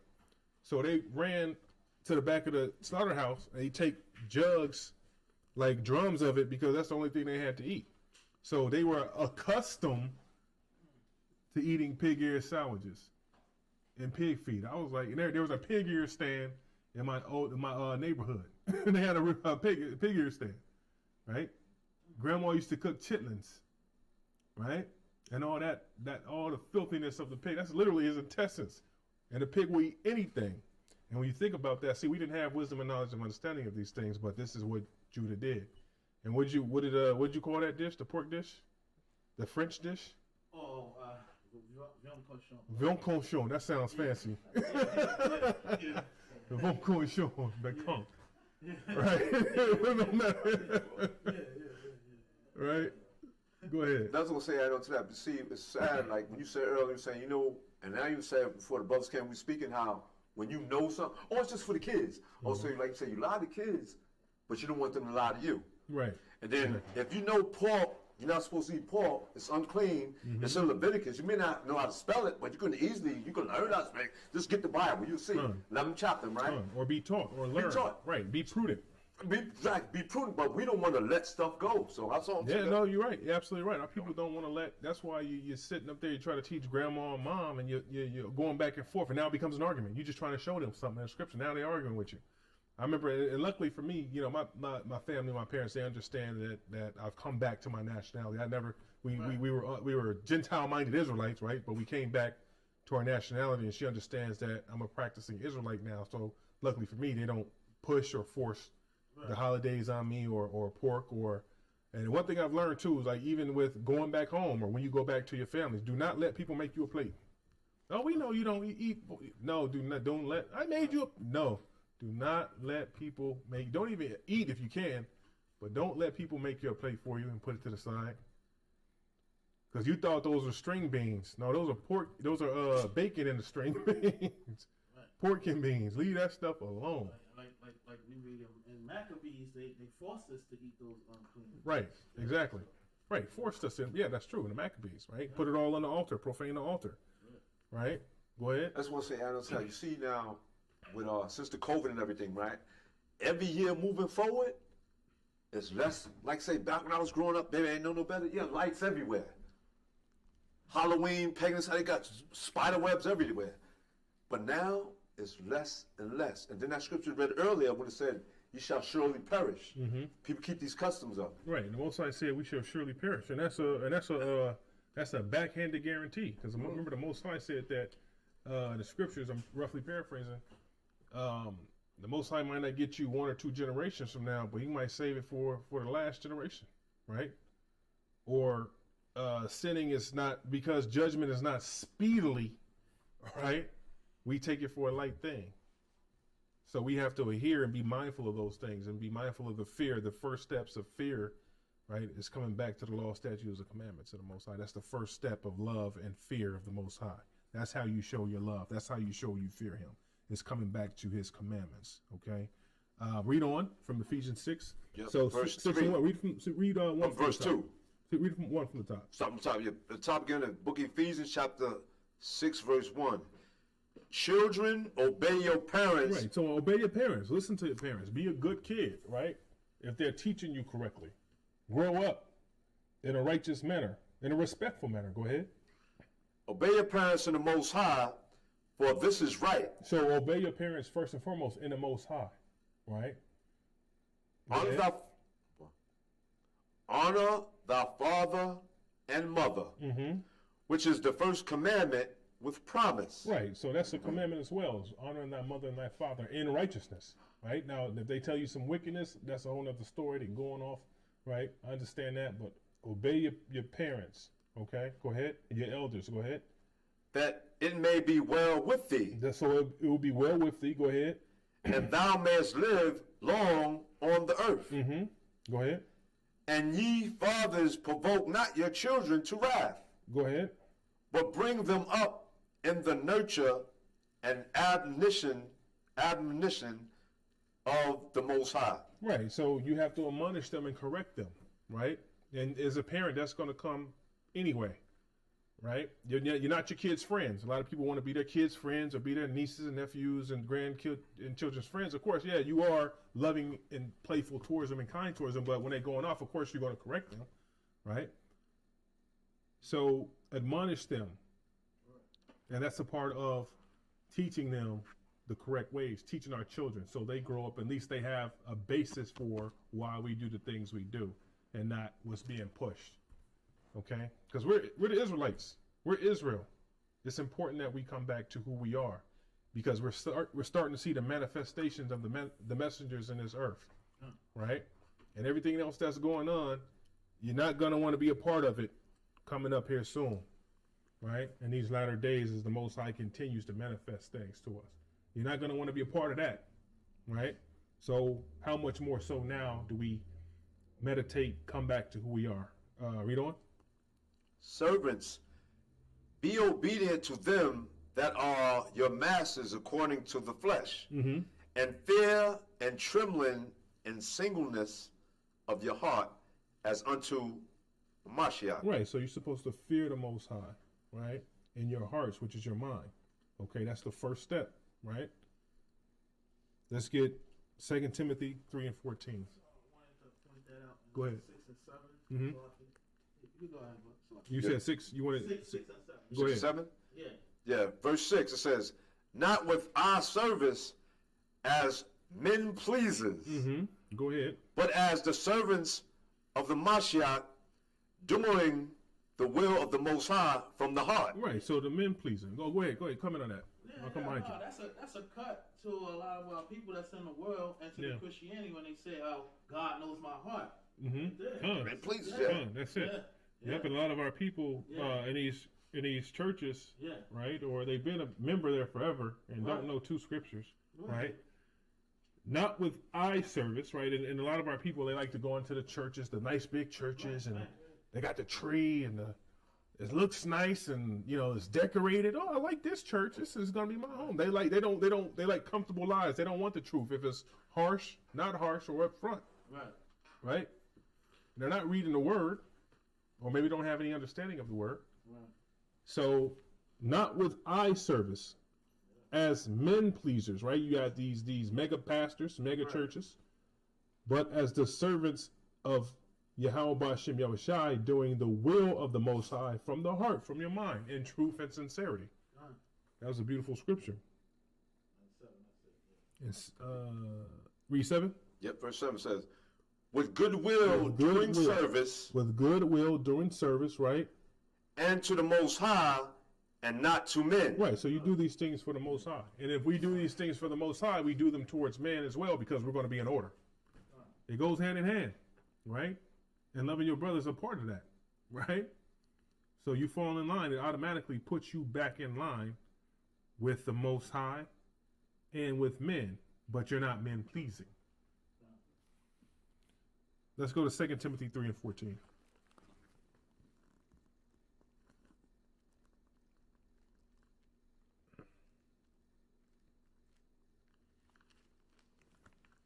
In the book of 2 Timothy, chapter 3, verse 14. But continue thou in the things which thou hast learned and hast seen assured of. Right, and has been assured of. So continue in this walk. Continue in the things which thou hast learned and has been assured of. Right. So it's hard to go back to Christmas and Thanksgiving knowing this. Sometimes I know it might be hard on our people. They feel lonely or they want to gather on these days. I haven't seen Big Mom in 5 years. I want to go over there. How about you go over there on Tuesday instead, right? Well, we all gather together. We're all off. Yeah, I understand that, right? But this gather, but you could also, it's a teachable moment, right? But continue thou in the things which thou hast learned. Go ahead. Knowing of whom thou hast learned them, and that from a child. From a what? And that from a child thou hast known the Holy Scriptures. And that's one of the most important things we can do in this dispensation of time is teach our children the Holy Scriptures, right? Because they do it all the time. They do it in in school. They talk about Noah's Ark and they talk about the rainbow. It was a nice when they talk about when they try to get biblical in Sunday school. They talk about it like it was a pretty story. No, right? So it's important that we pour back into our kids and fill them up with this knowledge, wisdom, and the Holy Scriptures and truth, so they can start to build their own foundation. Go ahead. Which are able to make thee wise unto salvation. So this will actually make them wise unto salvation. Go ahead. Through faith, which is in Mashiach Yahushua. Right. So this is one of the most important things you can teach a child or begin to teach your children once they're able to understand and comprehend is the Holy Scriptures. Because this could very well save them unto salvation, right? It's right here in the Scriptures. Go ahead. All Scripture is given by inspiration of the Most High, and is profitable for doctrine. And most importantly, the correct doctrine. Go ahead. For reproof. For correction, right? For correction, for instruction in righteousness. Right. So for proof, reproof, for correction, for instruction in righteousness. In Israel, in our nation. Romans 15:4.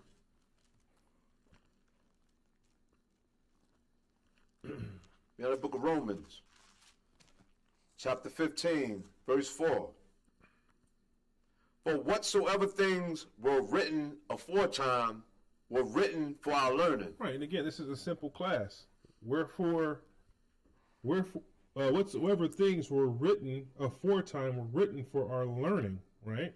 So all this whole book, the entire volume of the book was written for our learning so we can navigate these so-called holidays, right?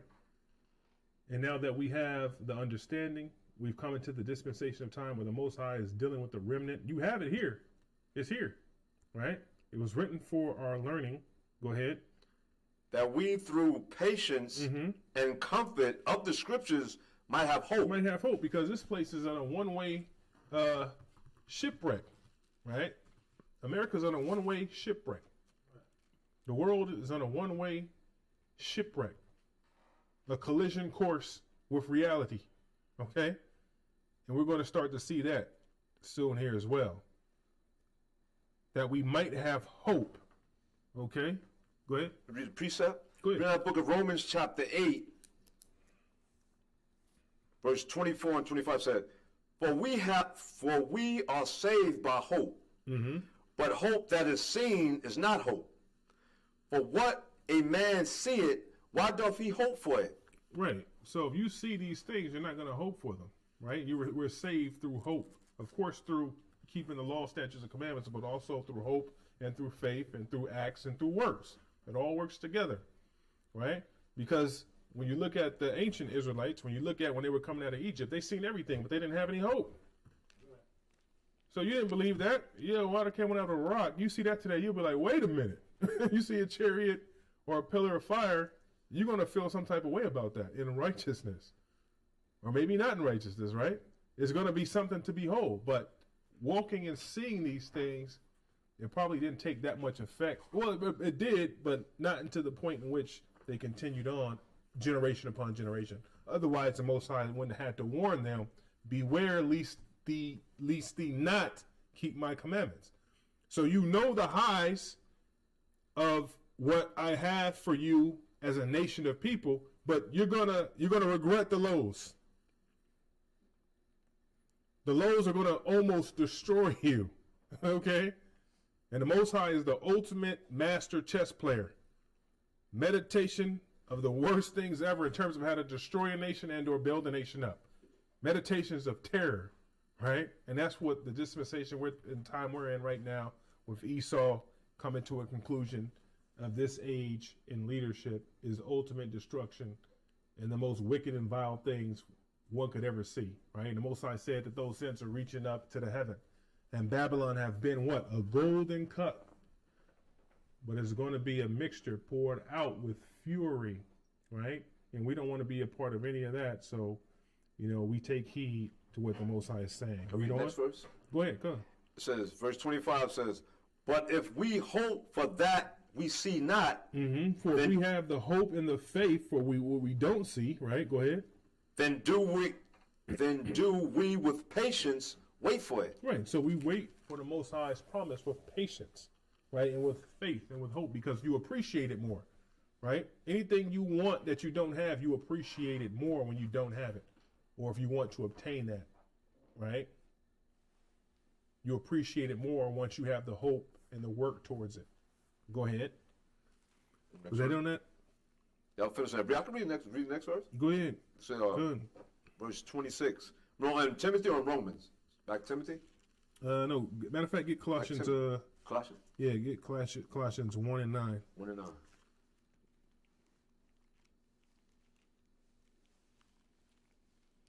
Now the book of Colossians, chapter 1, verse 9. For this cause we also, since the day we heard it, Since what? for this cause we also, since the day we heard it, do not cease to pray for you, and to desire that ye might be filled with the knowledge of his will in all wisdom and spiritual understanding. Right, and that's a hell of a gift to have been given, is the understanding of the law, statutes, and commandments, right? And also the wisdom of the spiritual dark sayings and parables and understandings. That's a hell of a gift. That is one of the most important gifts you can receive as an individual, right? Go ahead. Verse 10? Yeah, verse 10, yeah. It says, that ye might walk worthy of the Lord Jehovah unto all pleasing, being fruitful in every good work, and increasing in the knowledge of the Most High. Right, so knowing the perfect will of the Most High and what's to come. That's the blueprint right there, right? Knowing the will of the Most High and increasing in knowledge of the Most High, the dark parables and sayings. So a lot of people don't know this stuff.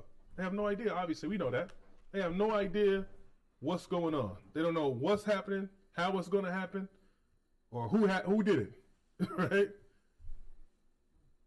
So it's important that we stay strengthened in the Word, right? And we put down these vain and profane customs. Let's start to land this plane. Let's go to Colossians 2 and 1. Now the book of Colossians, chapter 2, verse 1. For I would that ye knew what great conflict I have for you, and for them at Laodicea, and for as many as have not seen my face in the flesh, that their hearts might be comforted, being knit together in love, and unto all riches of the full assurance of understanding. Right. So the richness and fullness of understanding, right? Through the scriptures, wisdom, knowledge, and most importantly, get understanding. Go ahead. To the acknowledgement of the mystery of the Most High. The mystery of the Most High, the dark parables and sayings. And like Ben suggested earlier, no other nation can teach this Bible the way the Israelites are teaching it, and they're confounded. They're absolutely confounded. And you know one thing, the other nations don't want nothing coming from you that they can take, right? That they can't take, right? The nations have robbed us blind for everything, and the Most High set it up that way. But they can't rob us of this, right? They can't rob us of the blessings to come, the covenants to come, the refreshing to come. They can't take that. If they would, you better believe if they could, you better believe they would. All right? If they could do it, you better believe it. They'd be lining up, getting ready to, rob you of your blessings. Right? Pull an Esau and Jacob on you. Right? Go ahead. I just want to say that I know what you're saying. And see, the thing about this, all these other nations and everybody, they know what's in this book. They want to keep us away from this book because they want us to be destroyed just like them. Of course. And then the pastors of the churches, they must go. Forced black leaders must go because they're the main problem of our people today. Yeah. They're They let this wicked white devil be on our reason. Right. Absolutely. And that's why they rather hear this Bible come from them or any other nation of people than you. But unfortunately, they don't get the guarantee. Right? So they can do what they want to, stall as long as they want to, but they don't get the covenants, the blessing, or the adoption, right, that the sons of Israel get. And that's just something they got to deal with. And they're fascinated in the way we do things in general, whether it's in wickedness or in righteousness. You notice how Edomites or other nations, of course, they're always around us, but you're doing something over there that kind of looking to see what's going on or what they got going over there. How are you guys doing that? They kind of leech off of us. Take what you're doing and then make it better, right? Or monetize it. I'll say that, right? But this is something that they can't have. Now let's move right along. Let's go to Romans. Go ahead. No, I'm sorry. Read 3. Verse 3. Read the book of Colossians chapter 2, verse 3. In whom are hid all the treasures of wisdom and knowledge. Right. So Yahweh Shem Yahushai gives us the treasures and the wisdom and the knowledge. Again, this is why Israelites can teach the Bible that the way they do, and the other nations are trying to do everything to disprove how we're teaching what we're teaching, right? And they're mad as hell that they can't get grafted in spiritually. I'm a spiritual Israelite. Yeah, okay. Yeah. All right. Precept? Go ahead. Read verse 4. Sorry. You don't read this precept, then read 4? Yeah, read out the book of Ephesians chapter 1, verse 17. That the Most High our Lord, Mashiach Yahushua, the Father of glory, may give unto you the spirit of wisdom and revelation in the knowledge of him. Right. So the Most High provides a spirit of the revealing of him to make it plain upon tables. You can see it. You should be at the point where you can see the scriptures. You can visualize it, right? And it just makes sense that way. And a lot of people read what you read and have no idea what you're talking about. Right. Have no idea what you're talking about. But you can see it. And that's a spiritual gift, and it's a blessing from the Most High. The Most High pours out his spirit unto his people, right? He said in the last days he was going to pour out his spirit on the women and children and young men, and the old men who will have visions, all of those things. Verse 4, you want me to read verse 4? Colossians 2 and 4, Yeah. Go ahead. Read book Colossians chapter 2, verse 4. And this I say, lest any man should beguile you with enticing words. Right. So you can't be persuaded. You can't be enticed, right? Creflo Dollar can't come down here. Brother, let me talk to you, brother. Let me show you something for $100. Let me give you some, I remember, what was those televangelists? This guy was selling. What's the other pastor that's out now? So many of them. Geno Jennings? Yeah, him. Yeah. Talk about Geno before he came. Yeah. Talk about it. Yeah, we've been talking about Geno Jennings for a couple weeks now. So he's all the way out of order. Right. Okay. But he's against. They all turn against each other. He gets what T.D. Jakes say, what he did and stuff like that. But he's still part of it. Right, and the people are beginning to see the truth now. Right. The brother was saying about the pastors, like in John 10:27, when he says, "My sheep hear my voice, and I hear them."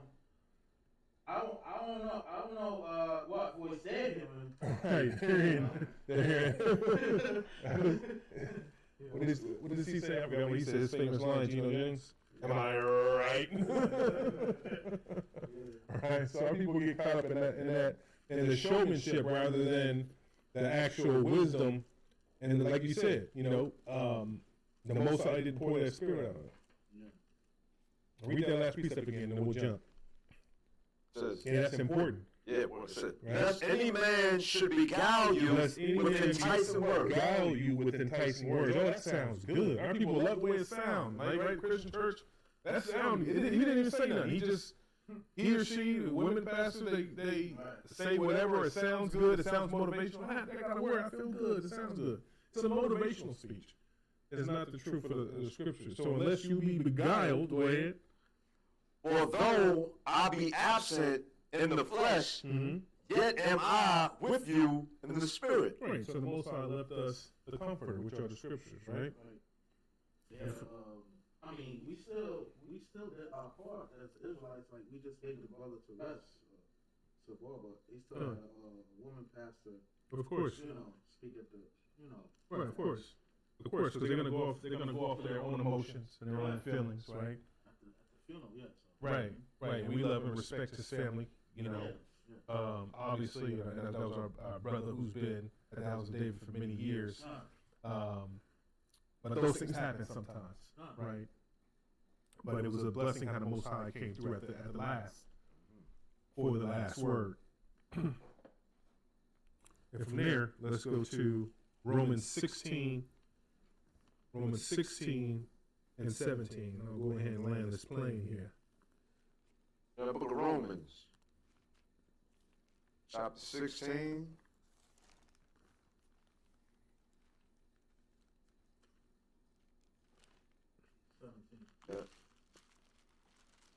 The book of Romans, chapter 16, verse 17. Now I beseech you, brethren, mark them which cause divisions and offenses contrary to the doctrine which ye have learned, Right, so you'll be and able avoid to, them. you'll be able to and read that last part again. I kind of spoke over you on that one, but you'll be able to know and determine what's the truth and what's not the truth, right? Because a lot of us, most of us came out of the Christian churches or Catholic churches, or we weren't doing none of the above. We were just out there in the world, blowing like a reed in the wind, right? But it says, now I beseech you, brethren, mark them which cause division and offenses contrary to the doctrine which ye have learned. So there's multiple doctrines out there. There's people who come against this doctrine. You can do this, you can do that. Christmas isn't pagan. Where are you getting this stuff from? Right? People just want to have a voice and be heard and have people agree with them. Right? That's the time we're in. For likes and for views. They think these people have so much wisdom. Doctor this, doctor that. This man doesn't know what he's talking about.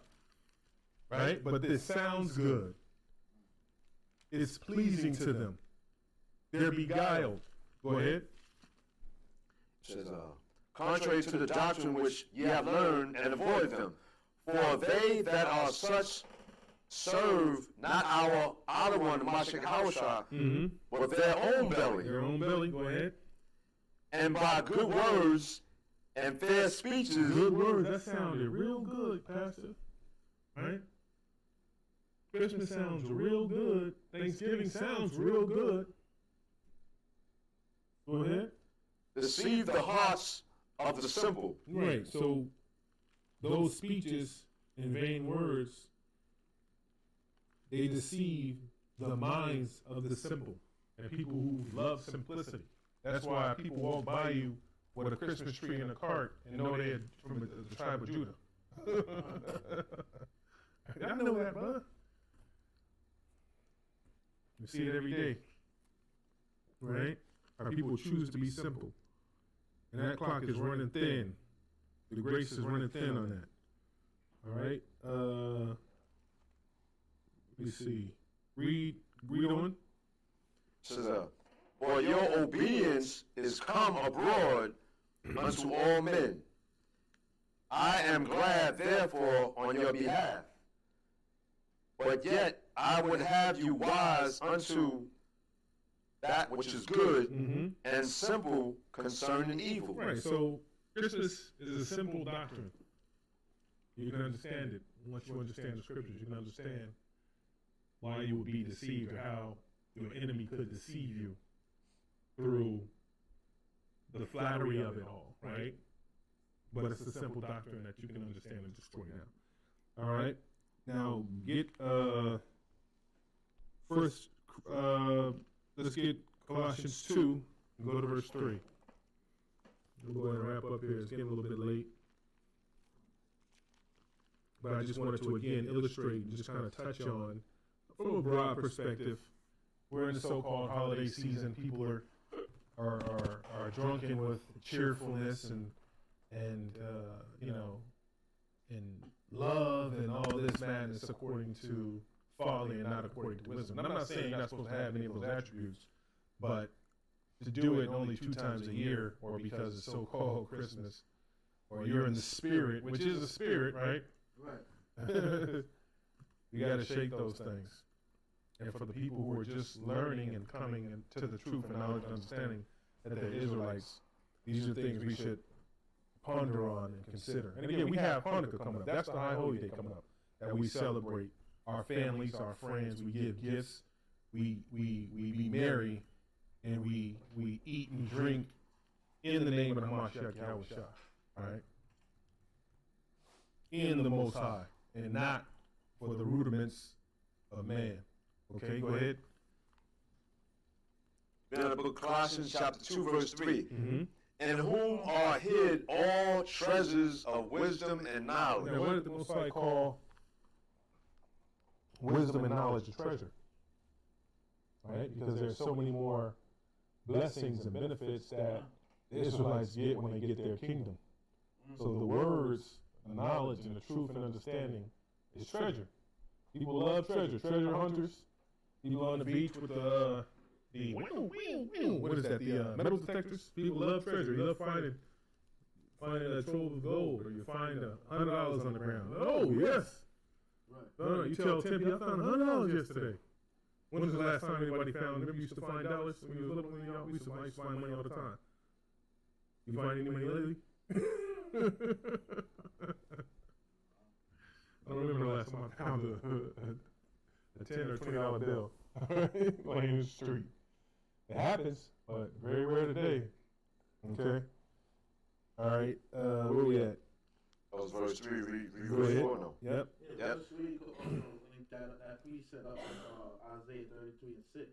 Wisdom and knowledge is the stability of that time. Come. Wisdom and knowledge is the stability of that time. Right. And also a treasure. Go ahead. Read 4.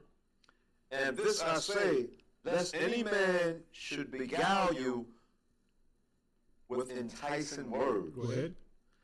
For though I be absent in the flesh, yet I am with you in the spirit, Mm-hmm. joying and beholding your order and the steadfastness of your faith in And Yahushua. that's a part of being steadfast in the faith once you learn who you are. Go ahead.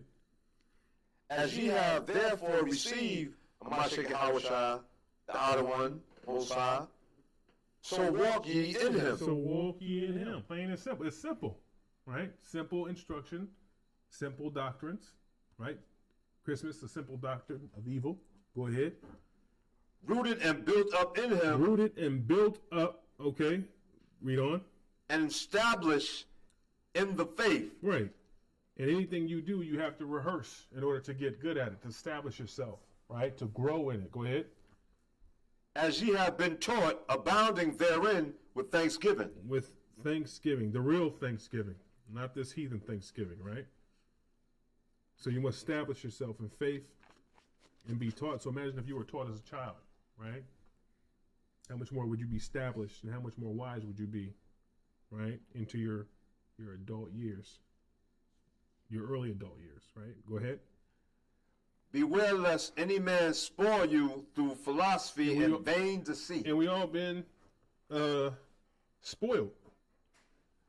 Mama and daddy was spoiled. Grandpa was spoiled. That's why you was hanging up that Christmas tree in the living room, and then put a white angel up at the top of it, right? An Edomite angel, I'll say, on the top of the Christmas tree. That's what we used to do. We used to pull out. We had this old Christmas tree. It broke down, and you put it downstairs, and we take it out every year. Decorate it, do all that, and then put a Edomite angel on the top of it. That glue up, that glue that had the hands lit up. They glue at night. So we must establish ourselves. Go ahead.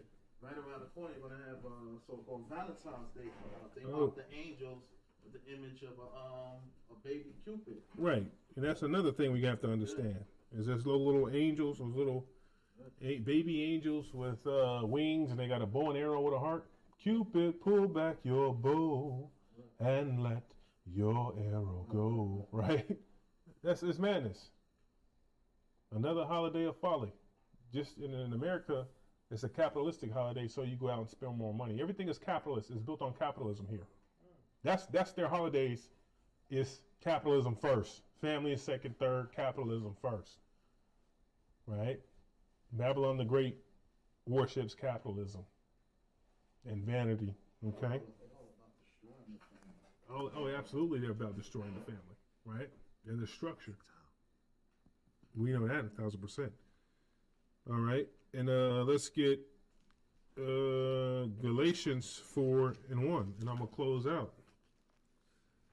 And I just wanted to show the people again, just scratch the surface again. I didn't go too deep or go left or go right. I just kind of touched on some things on a broader level, and just wanted to show how, what got us to this point in dispensation of time with worshiping idols, right? And these holidays that people love so much. Everybody loves God, but doesn't do anything God says, right? And now we have instruction, like the scriptures say. This was constructed and given for our learning, right? And we must learn to come back to them and share the word. Go ahead, Galatians 4:1.